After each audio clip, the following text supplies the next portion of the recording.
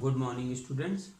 जैसे आपने कल के वीडियो में पढ़ा था जीवाणुओं में लैंगिक जनन के अंतर्गत पहला आपने कॉन्जुगेशन पढ़ा था और आज आप पढ़ेंगे रूपांतरण।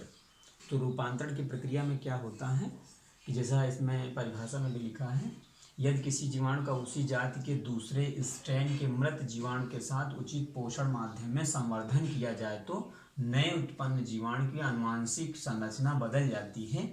इसे ही रूपांतरण कहते हैं। तो यहाँ पर इसका अर्थ ये है कि दो तरीके के जीवाणु होते हैं। एक होता है जीवाणु जो कि नॉन वायरुलेंट होता है और दूसरा जीवाणु होता है वायरुलेंट होता है।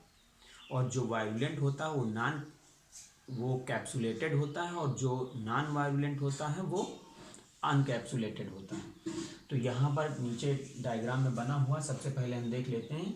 जैसे जो वायरुलेंट बैक्टीरिया है, अगर उसको हम हीट किल्ड और कैप्सुलेटेड है ही, इसको हमने गर्म कर दिया तो ये जीवाणु मर जाता है।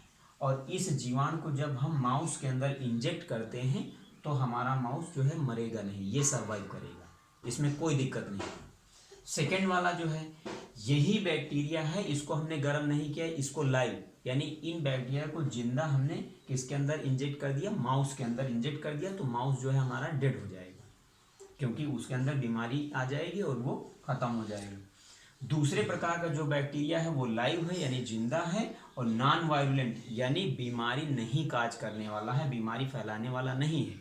और ये बैक्टीरिया नॉन कैप्सुलेटेड होते हैं यानी इनके ऊपर कैप्सूल नहीं पाया जाता। अगर इसको हम माउस के अंदर इंजेक्ट करते हैं तो ये बीमारी नहीं करेगा और हमारा माउस जिंदा रहेगा।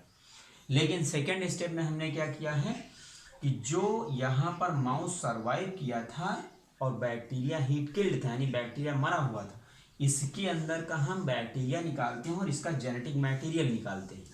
मीन्स इसके अंदर जो जेनेटिक मटेरियल डीएनए है उसको हमने यहाँ पर निकाल लिया है। और दूसरा इधर हमने क्या किया है, जो माउस सर्वाइव था यहाँ पर, जो बैक्टीरिया हमारा बीमारी नहीं काज कर रहा था, उसको हमने लिया है ये live non virulent non capsulated bacteria, और दोनों को एक कल्चर मीडियम में एक ही जगह पे रख दिया गया है। ठीक, तो कुछ दिनों के बाद जो है इनका जो है जेनेटिक मटेरियल एक दूसरे में ट्रांसफर हो जाता है। यानी जो हीट किल्ड बैक्टीरिया था वो बैक्टीरिया तो खत्म हो गया था लेकिन उसका जेनेटिक मटेरियल जो है डिजेनरेट नहीं हुआ था, यानी जेनेटिक मटेरियल उसी तरीके से बरकरार था।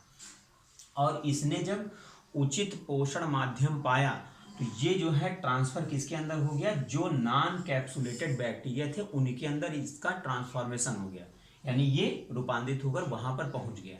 और जब ये पहुंच गया तो इन बैक्टीरिया को जब माउस के अंदर इंजेक्ट किया गया तो माउस फिर से डेड हो गए। तो यहाँ पर सीधा कहने का मतलब ये है, दो तरीके के बैक्टीरिया हैं, एक जो है बीमारी काज करने वाला है और दूसरा बीमारी काज नहीं करने वाला है।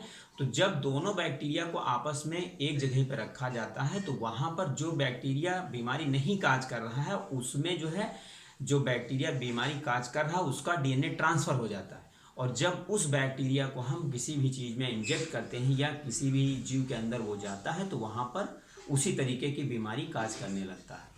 ठीक, ये यूँ मान के चलिए कि ये एक संगति है, यानी संगत का असर यहाँ पर हुआ है कि संगत के कारण जो है एक अच्छा बच्चा जो है अगर बुरी संगत में जाता है तो उसी तरीके का बिहेव करने लगता है, तो जस्ट लाइक। ठीक, तो ये इस तरीके से है।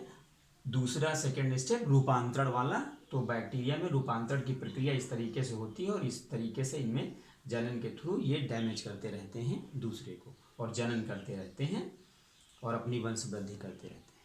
ठीक, ओके।